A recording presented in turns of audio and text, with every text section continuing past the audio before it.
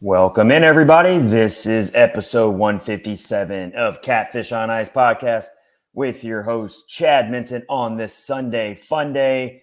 And it's a little bit more fun, isn't it? Because the Nashville Predators, well, they're streaking for the first time in North America this season after having a big-time comeback win over the Vancouver Canucks in Vancouver on Saturday night. They come back to win in the shootout by a final score of 4-3 after a night that started off in disastrous fashion. Let me just say that.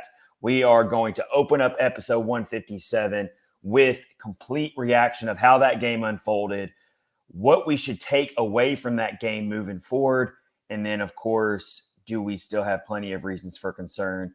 I think we do. I'm going to break that down for you. We're going to talk about the players who stood out in that game. I can already think of one major one, and that is Jordan Gross. We're going to talk more about him as he is getting thrust into the lineup as a young defenseman, and the Predators are really counting on him to have a big-time performance and provide some stability to the defense that's had so many issues, so many breakdowns.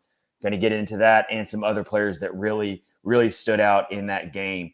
As, again, the Predators win 4-3 in shootout fashion over the Vancouver Canucks. They have themselves a little 2-game winning streak, about as modest as you can get there, after also beating the Calgary Flames on Thursday in what I would call absolutely, without even a shadow of doubt, their most impressive win of the season was their win over the Calgary Flames back on Thursday. So they've won a couple games in a row, stopping the bleeding just a tad, but there's still so many issues with this team we're going to get into later. We're going to look at also the Central Division as a whole. It's starting to take shape a little bit, but it's still a very, very hard division to figure out right now.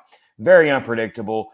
Just take your preseason predictions and throw them in the garbage, shred them, never to be talked about again, because the Central Division is out of whack. I mean, you've got the Dallas Stars hanging out up there. Everyone thought they'd be a decent team, but the way they're playing right now, wow. So I'm going to break that down and also discuss with you just where I think the Predators fit now, and do they have a fighting chance to be relevant in this division when it's all said and done for a 9th straight playoff appearance. And that's what we're looking at here. If the Preds don't make the playoffs this year, you got to fire John Hines. We've already really talked about this a ton. He may not get fired during the season, but if the Predators miss the playoffs after building this type of a roster over the offseason, there are no excuses, and usually the head coach takes the fall first.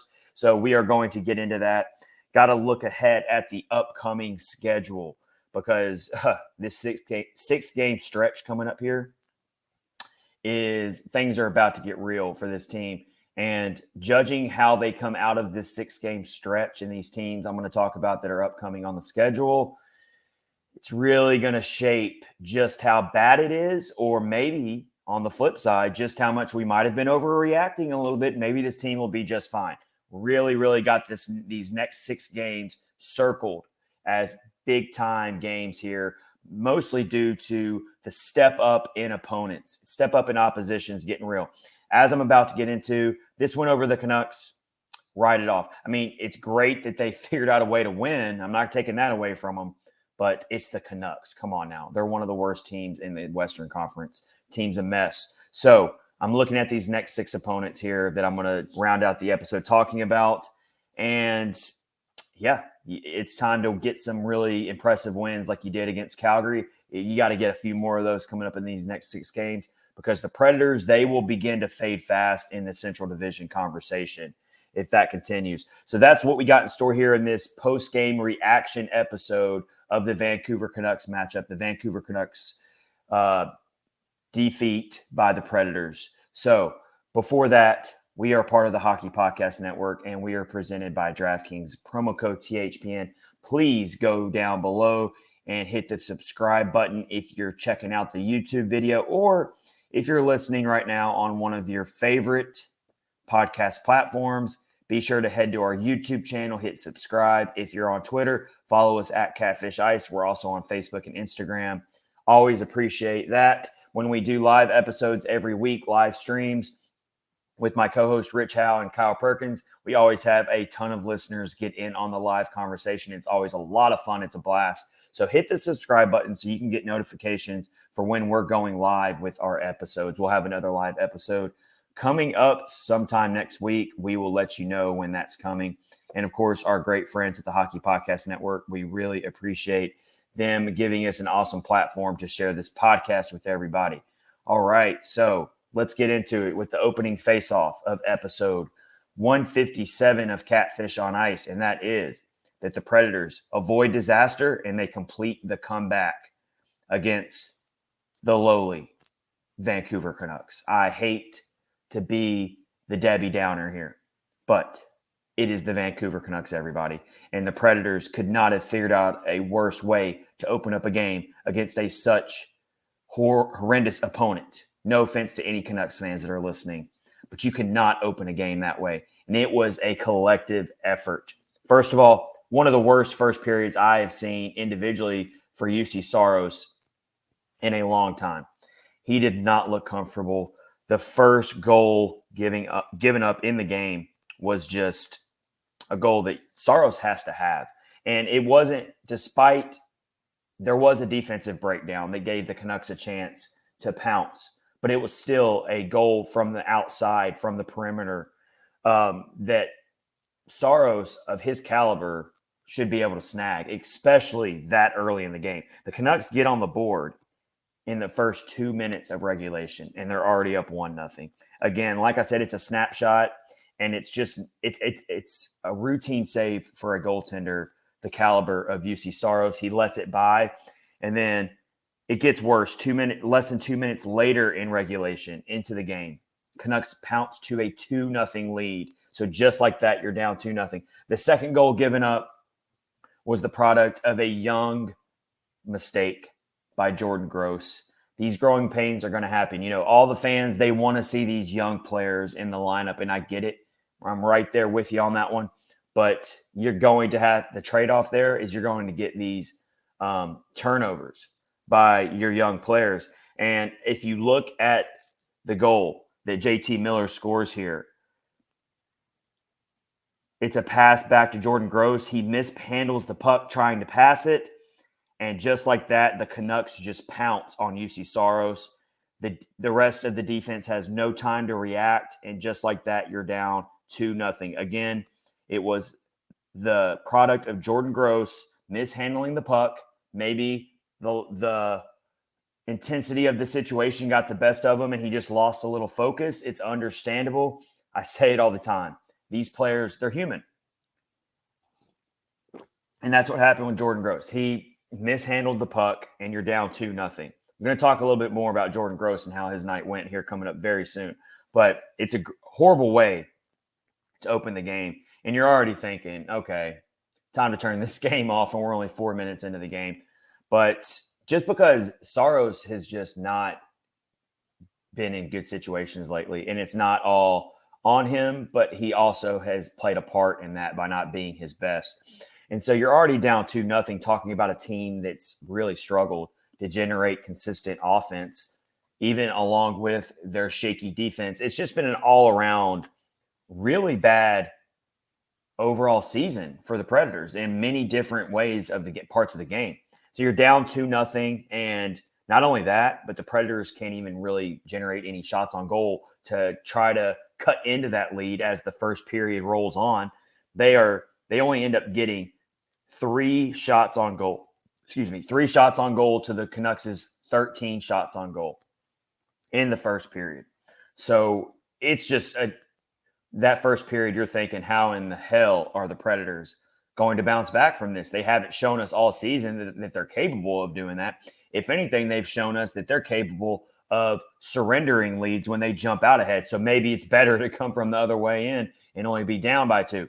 But then the Canucks actually take a 3-0 lead on the power play going into the second period. So it's a 3-0 deficit after the first period, and you're ready to change the channel. You're ready. I wouldn't even blame the most diehard fan if they turned the game off after the first period last night. That's how bad it was to open the game. And you're just thinking, wow, that Flames game, that Flames win, was a mirage. That's what you're thinking. Because every now and then, every team has its day, and you get an impressive win. And this is where something flipped, and the Predators refused. I have a combination of I want to give the Predators credit because they did dig deep, and they did figure out a way to fight and claw their way back into this game despite being down 3 goals. But I also have to look at the opponent here. The Canucks are one of the worst teams in the Western Conference. When it's all said and done, they might be the worst team in the Western Conference. They're that bad.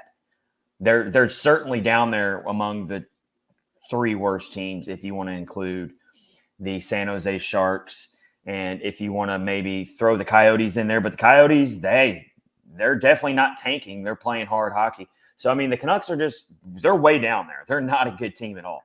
So I have a combination of both. You have to take into account who they beat, but you also have to give credit where credit's due that no matter the opponent, the Predators were down 3-0, and it's always hard to make up a 3-goal deficit.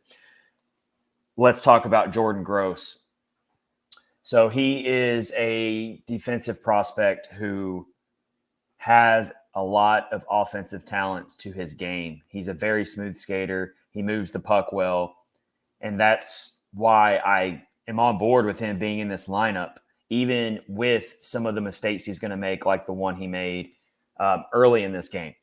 He scores on the power play, tip-in style, in the second period, and the comeback is on. It was only 3 minutes into the second period. Comeback's on. You're down 2. 2 feels way better than 3 down, obviously. And Jordan Gross gets the monkey off his back a little bit here. And I love how he didn't let an early mistake in the game bury the rest of the game for him. That's a veteran response there from a very young player. Veterans, they don't let mistakes. Mistakes are going to happen, especially early in the game. You have a whole game to play.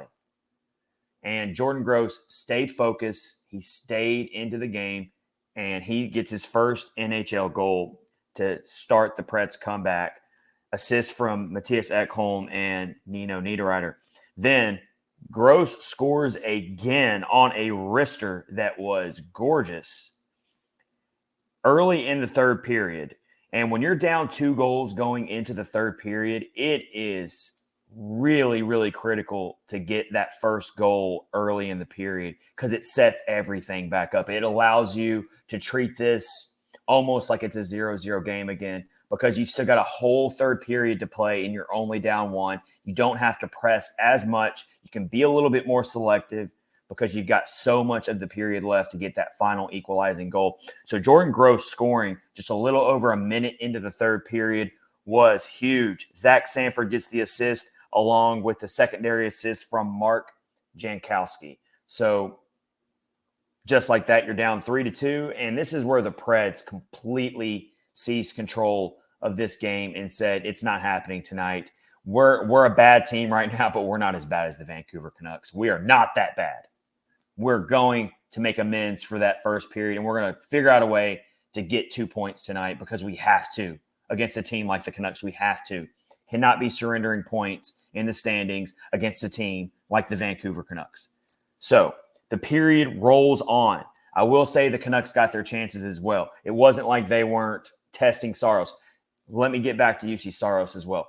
He completely settled down and played his game and helped propel the Predators' comeback attempt as well by making a ton of really good saves down the stretch.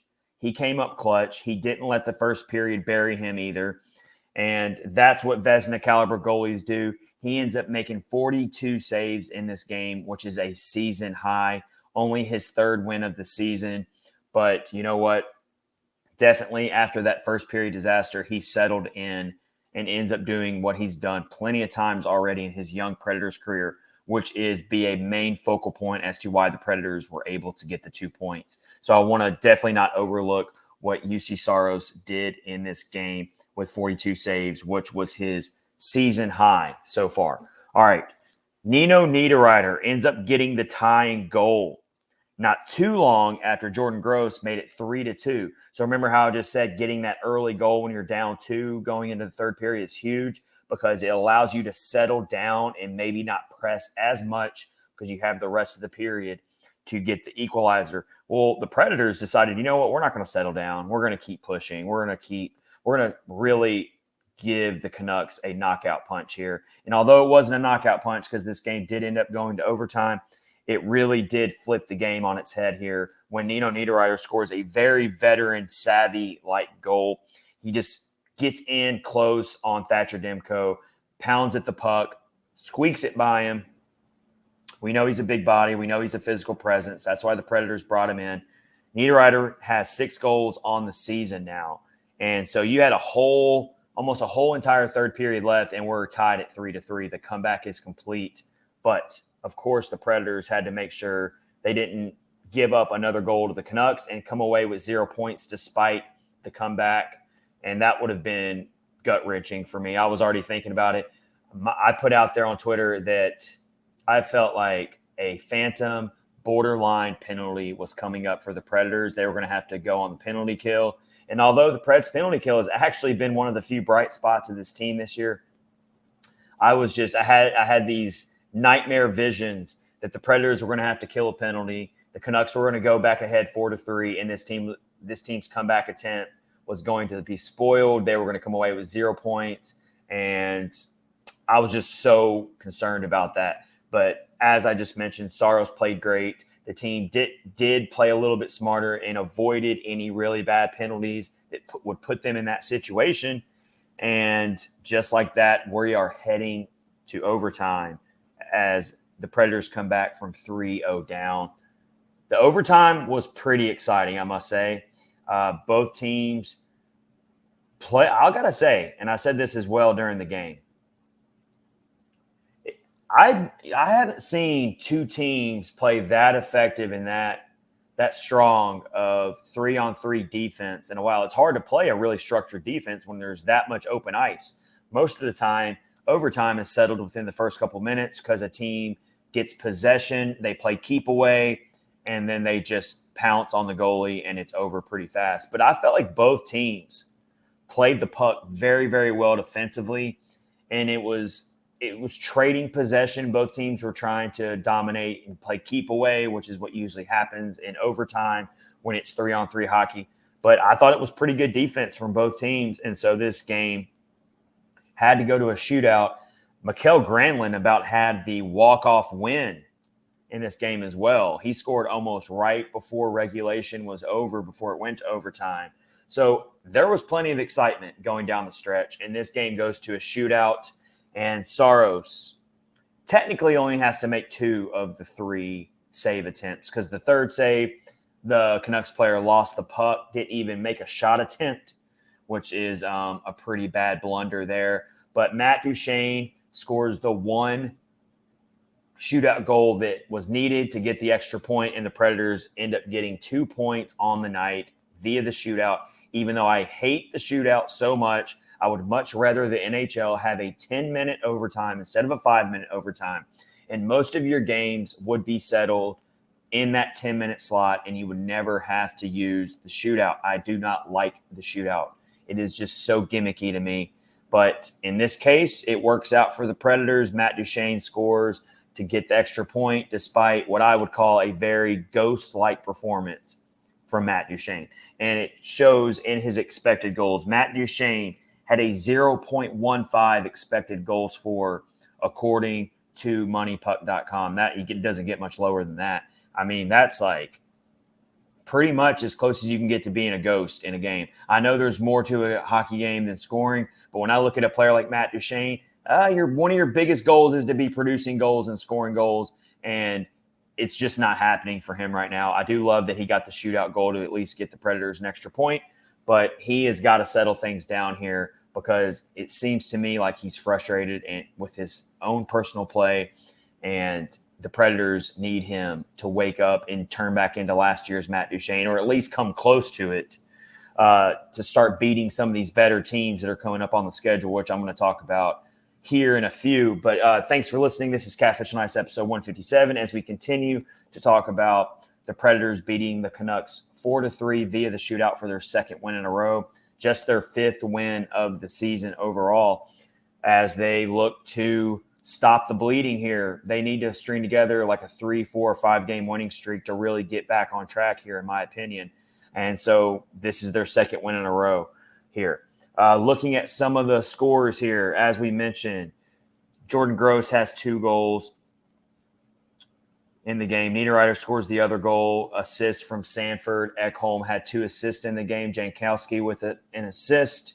How about Mark Jankowski? He has been outstanding since he has been called up, since the Kiefer Sherwood news came out where he was sent to waivers, kind of surprised by a lot of people. And instead of calling up Philip Tomasino, the Predators chose to call up the veteran Mark Jankowski, who has over 200 games of NHL experience, mostly with the Calgary Flames.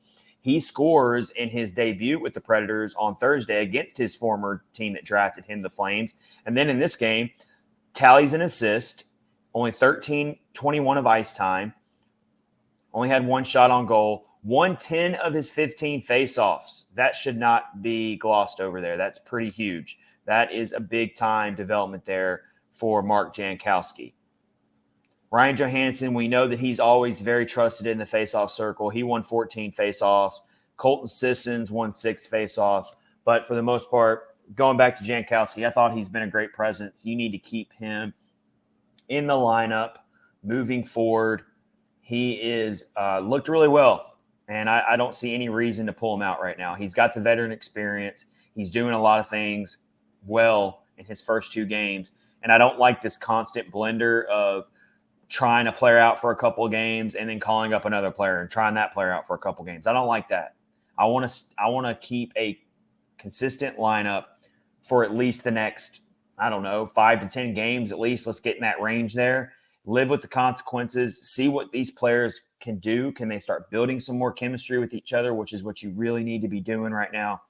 So I like Jankowski staying in that role for the foreseeable future.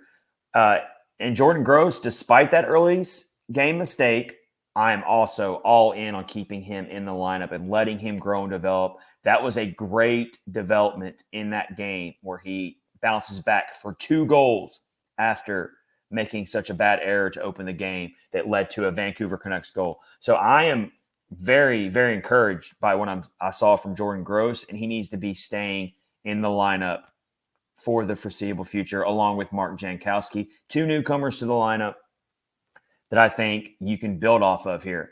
So that's what we got from the Canucks game, a 4-3 win. In the standings, we're about to talk about the Central Division and what it looks like.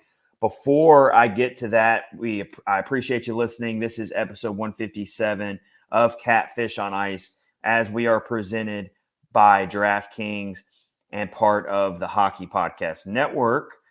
Let me tell you about DraftKings real quick, hockey fans. It's finally time to hit the ice again, and thanks to DraftKings Sportsbook, an official sports betting partner of the NHL, you're in for the season of a lifetime. New customers can bet $5 on any team and get $200 in free bets if they win. Predators take on the Seattle Kraken in their next performance here. Do you think the Predators can get their first 3-game winning streak of the season? Are you thinking that they're starting to finally turn a corner? If so, you can throw down $5 on the Nashville Predators against the Seattle Kraken and win $200 in free bets if the Predators win. If that wasn't enough excitement, you can turn small bets into bigger payouts with same-game parlays, combine multiple bets like which team will win, how many goals will be scored, and more for your shot at an even bigger payout. DraftKings is safe, secure, and reliable, and you can deposit and withdraw your cash wherever you want. So what are you waiting for? Download the DraftKings Sportsbook app now. Use promo code THPN, bet $5 on any NHL team to win their game, and get $200 in free bets if they do. That's code THPN at DraftKings Sportsbook, an official sports betting partner of the NHL. Minimum age and eligibility restrictions apply.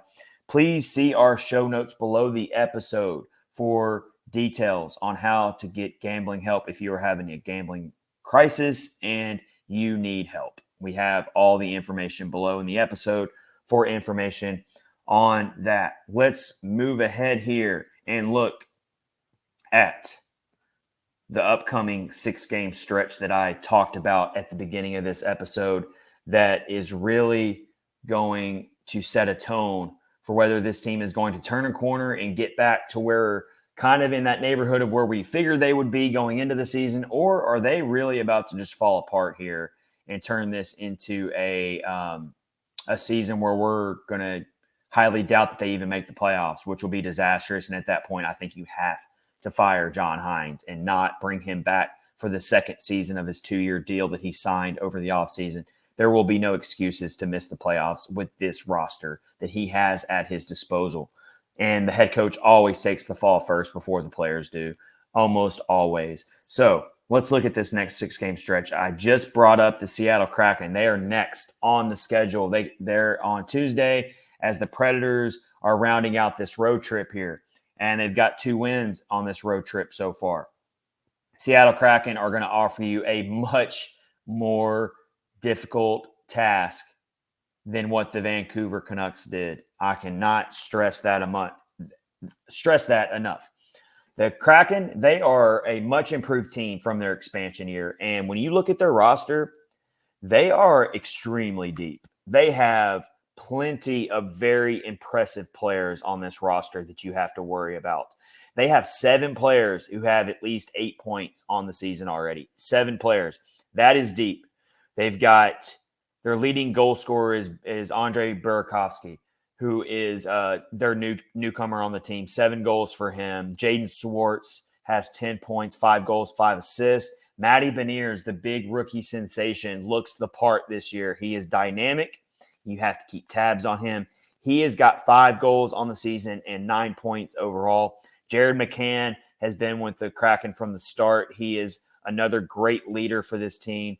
He has got 8 points. Vince Dunn is another good veteran. Brandon Tanev and those awesome mug shots he always puts out there also is another player you got to watch out for. Jordan Eberle.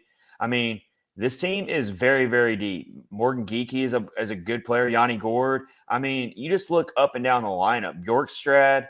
I mean, seriously, they got Alexiak to give them some muscle. Adam Larson gives them even more muscle. This team is extremely, extremely deep. They're so much better, I believe, than what they were in their expansion year. And then you look at their goaltender situation. They've got Martin Jones. They appear to really be moving forward with him over Philip Grubauer, who Philip Grubauer has just been a mess in his Kraken tenure. So Martin Jones looks to be their main goaltending force, which he is a veteran and he is the type of goaltender that can steal wins for you plenty of times.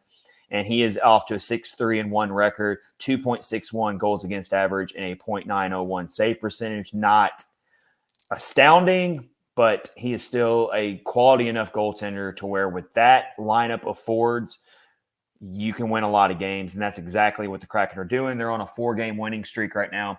And they have got some impressive wins. I mean, I'm going to go ahead and tell you who they've beaten in their 4-game winning streak here. They've got 2 wins over the Pittsburgh Penguins, who the Penguins are a reeling team. They've got a win over the Calgary Flames, and they got a shutout win over the Minnesota Wild recently. So the Kraken are going to be a very, very difficult test for the Nashville Predators coming up here. It's going to be it's going to take a much better performance and definitely a much better start to the game than what they showed us against the Vancouver Canucks. You can't fall behind 3-0 to the league's best teams and expect to come back. Again, not trying to be negative here. It's just the way it is. So the Predators focus going into Tuesday. Now that they've got a little bit of a break here, going into Tuesday on the road at Seattle. It's going to be a very loud and difficult environment. I'm sure that fan base is completely fired up right now, as they should be. If you're the Predators, your first focus is we've got to start games way better. We can't dig ourselves into a hole. Even if you don't score the first goal, you definitely can't fall behind 3-0 going into the first intermission. You can't let that happen. And you've got to generate more offense early in the game. 5 shots on goal at one point in the second period against Vancouver is not going to get it done against the majority of NHL teams, especially teams of the quality of the Seattle Kraken. So if the Predators are going to get their first 3-game winning streak of the season on Tuesday, it's going to take a very strong effort, much stronger than what they showed us against the Canucks. Up after that, well, we know about the Colorado Avalanche.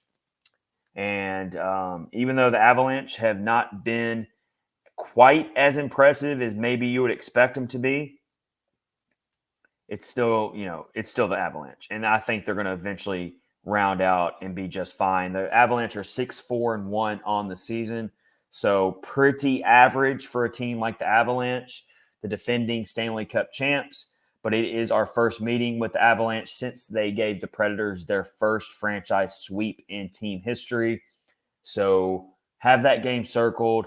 But again, that's an opponent where I don't care how ordinary and average their record is to open the season so far. The Avalanche are a team that will completely roast you if you have self-inflicted wounds, if you go to the penalty box constantly and you hang your goaltender out to dry with shaky defensive breakdowns. The Avalanche will put 5 or 6 goals on you in this game. So let's just keep that in mind here. Luckily, the Predators have some time to prepare for that. But obviously, they're focused on Seattle. But I'm looking further ahead here. So that game against the Avalanche scares me big time based on how this team's performing.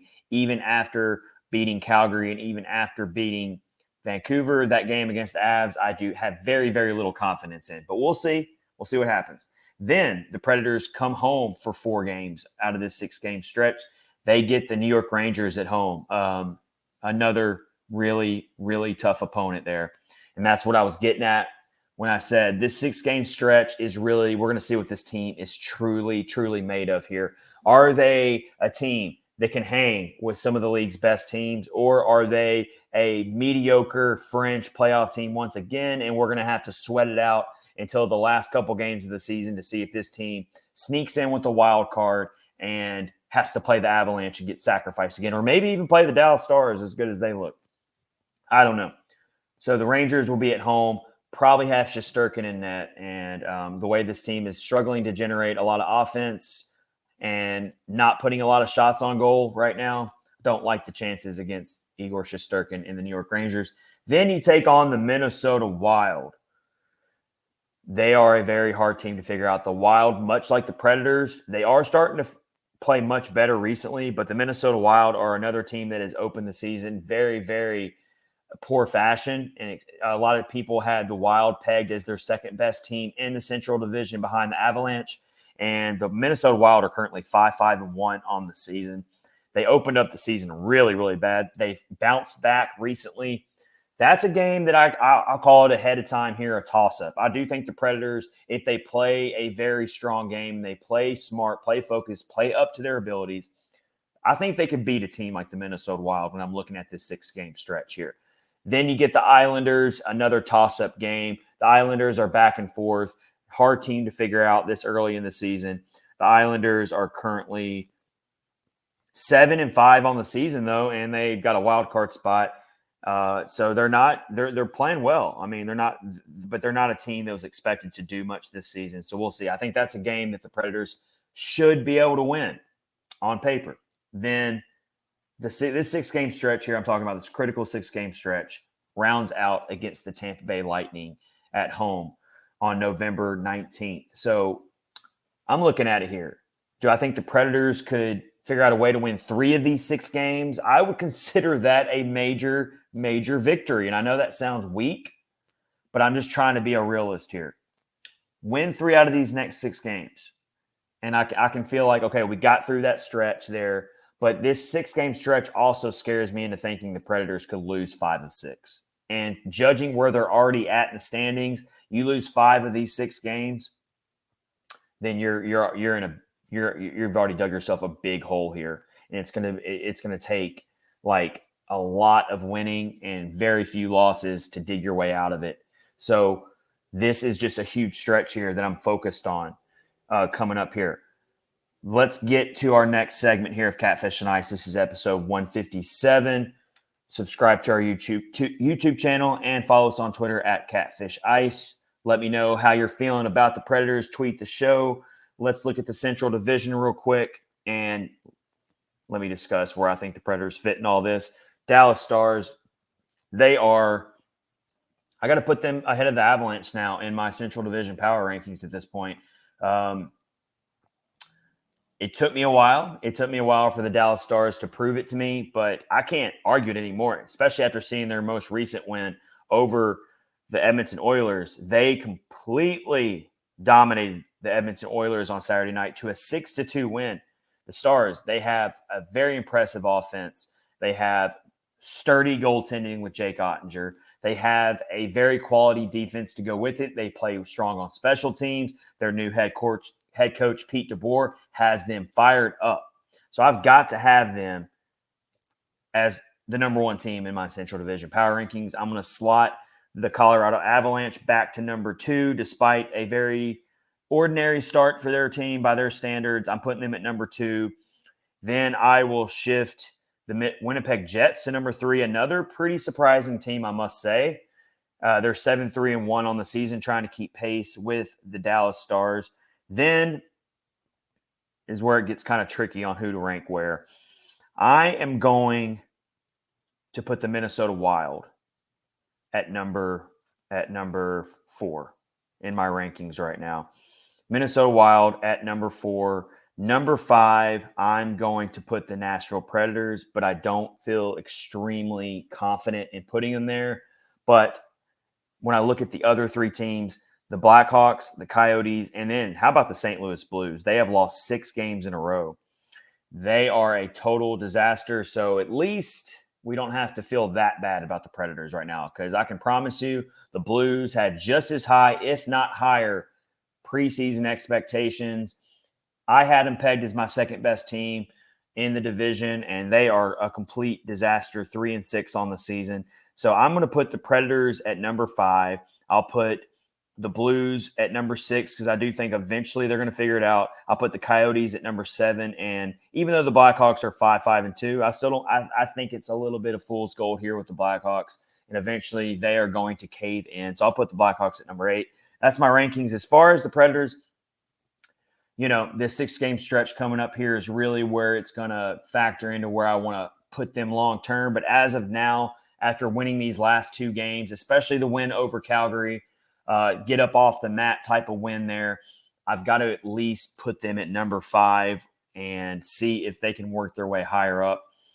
That's my Central Division power rankings. Again, Dallas number 1, Colorado number 2, Winnipeg 3, Minnesota 4, Dallas 5, St. Louis 6, Arizona 7, and the Blackhawks, I'm going to put them at number 8 in my power rankings. Despite them having a 5-5-2 record, I think it's fool's gold. I don't think they're end up being nearly that good as these games roll on and we get more into the middle of the season here.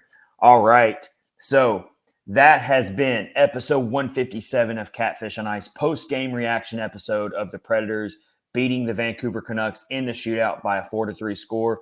Jordan Gross gets his first 2 NHL goals. Juuse Saros battles hard after a tough first period, and the Predators get their 5th win of the season, their first 2-game winning streak in North America, which is kind of weird to say, but they had 2 wins in Prague in the Global Series, and they got that one random win over the Blues, which didn't really mean too much to me, and then now they've got themselves a little mini 2-game winning streak with the Seattle Kraken up next. Not going to be easy to keep this winning streak going. Thanks, everybody, for listening. This has been your host, Chad Minton of Catfish on Ice Podcast. We'll have a brand new live stream episode with my co-hosts, Rich Howe and Kyle Perkins, coming up later this week. Stay tuned for that. Take care, everybody. Enjoy your Sunday.